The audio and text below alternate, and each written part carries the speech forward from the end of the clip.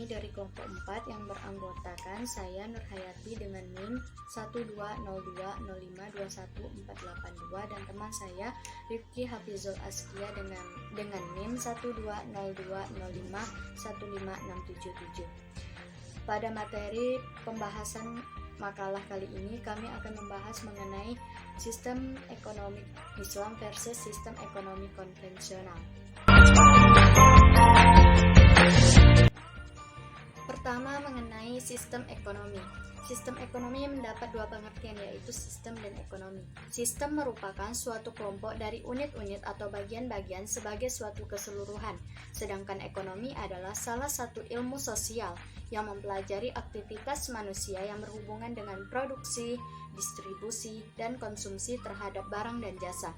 Jadi, sistem ekonomi adalah suatu cara tertentu untuk mengatur dan mengorganisasi segala aktivitas ekonomi dalam masyarakat, baik yang dilakukan oleh pemerintah atau swasta berdasarkan prinsip tertentu dalam rangka mencapai kemakmuran atau kesejahteraan. Yang kedua yaitu mengenai jenis-jenis sistem ekonomi. Yang pertama yaitu sistem ekonomi konvensional. Sistem ekonomi konvensional merupakan sistem ekonomi yang banyak digunakan oleh berbagai negara di dunia, termasuk di Indonesia. Ekonomi konvensional merupakan sistem perekonomian yang memberikan kebebasan secara penuh kepada setiap orang untuk melaksanakan kegiatan perekonomian, di mana dalam sistem ekonomi konvensional terdapat dua sistem ekonomi di dalamnya, yakni sistem ekonomi kapitalis dan sistem ekonomi sosialis. Yang pertama, sistem ekonomi kapitalis. Kapitalisme adalah sistem perekonomian yang memberikan kebebasan secara penuh kepada setiap orang untuk melaksanakan kegiatan perekonomian, seperti memproduksi barang, menjual barang, menyalurkan barang, dan lain sebagainya. Di sini, ciri-ciri sistem ekonomi kapitalis terletak pada yang pertama, kebebasan memiliki harta secara perorangan. Yang kedua, persaingan bebas atau free competition. Yang ketiga, mementingkan diri sendiri. Dan yang keempat adalah harga sebagai penentu atau price system. Dan yang terakhir ialah di mana campur tangan pemerintah minimum. Sistem ekonomi kapitalis memiliki kelebihan dan kekurangan, di mana kelebihannya ialah terletak pada yang pertama, lebih efisien dan dalam memanfaatkan sumber-sumber daya dan distribusi barang-barang. Yang kedua, kreativitas masyarakat menjadi tinggi. Dan yang terakhir, pengawasan politik dan sosial minimal. Dan kekurangan sistem ekonomi kapitalis terletak pada tidak ada persaingan sempurna, yang ada persaingan tidak sempurna dan persaingan monopolistik. Dan sistem harga gagal mengalokasikan sumber-sumber secara efisien karena adanya faktor-faktor eksternalitas atau tidak memperhitungkan yang menekan upah buruh dan lain-lain.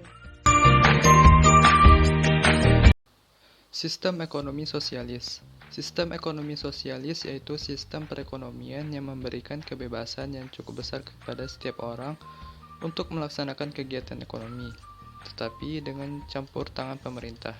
Selanjutnya, ciri-ciri sistem ekonomi sosialis. Yang pertama, semua faktor produksi dan sumber daya ekonomi dikuasai seluruhnya oleh negara. Yang kedua, seluruh aktivitas ekonomi yaitu produksi dan distribusi barang-barang dan jasa dilaksanakan dan di bawah pengawasan negara. Dalam hal ini bersifat kolektif.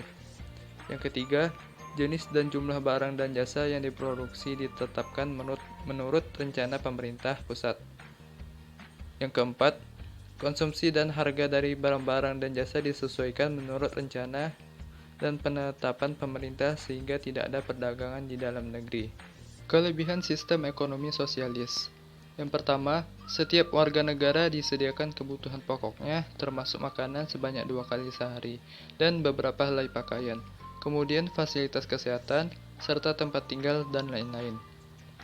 Yang kedua, setiap individu mendapatkan pekerjaan dan orang lemah, serta orang yang cacat fisik dan mental berada dalam pengawasan negara. Yang ketiga, semua bentuk produksi dimiliki dan dikelola oleh negara.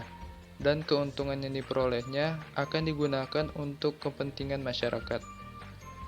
Dan yang keempat, semua pekerjaan dilaksanakan berdasarkan perencanaan negara yang sempurna di antara produksi dengan penggunaannya. Kekurangan sistem ekonomi sosialis. Yang pertama, sulit melakukan transaksi.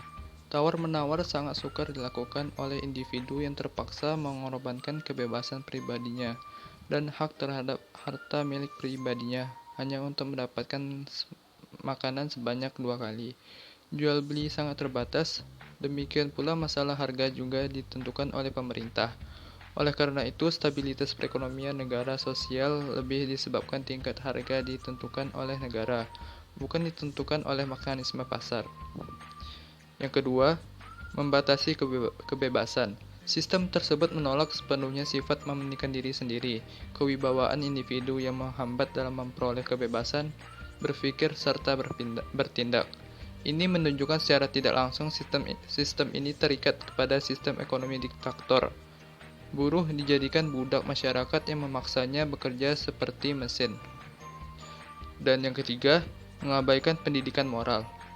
Dalam sistem ini, semua kegiatan diambil alih untuk mencapai tujuan ekonomi.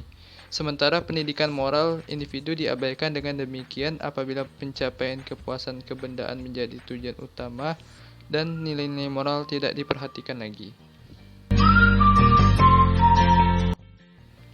Sistem ekonomi Islam adalah ilmu ekonomi yang dilaksanakan dalam praktek sehari-hari bagi individu, keluarga, kelompok masyarakat, maupun pemerintah atau penguasa. Dalam rangka mengorganisasikan faktor produksi, distribusi, dan pemanfaatan barang dan jasa yang dihasilkan tunduk dalam peraturan perundang-undangan Islam. Ciri-ciri sistem ekonomi Islam.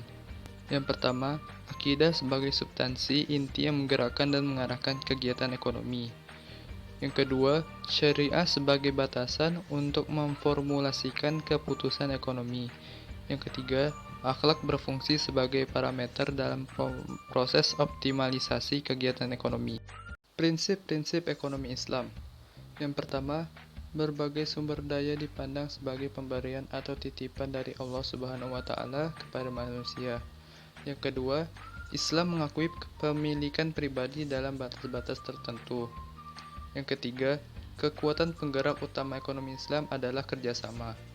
Yang keempat, ekonomi Islam menolak terjadinya akumulasi kekayaan yang dikuasai oleh segelintir orang saja.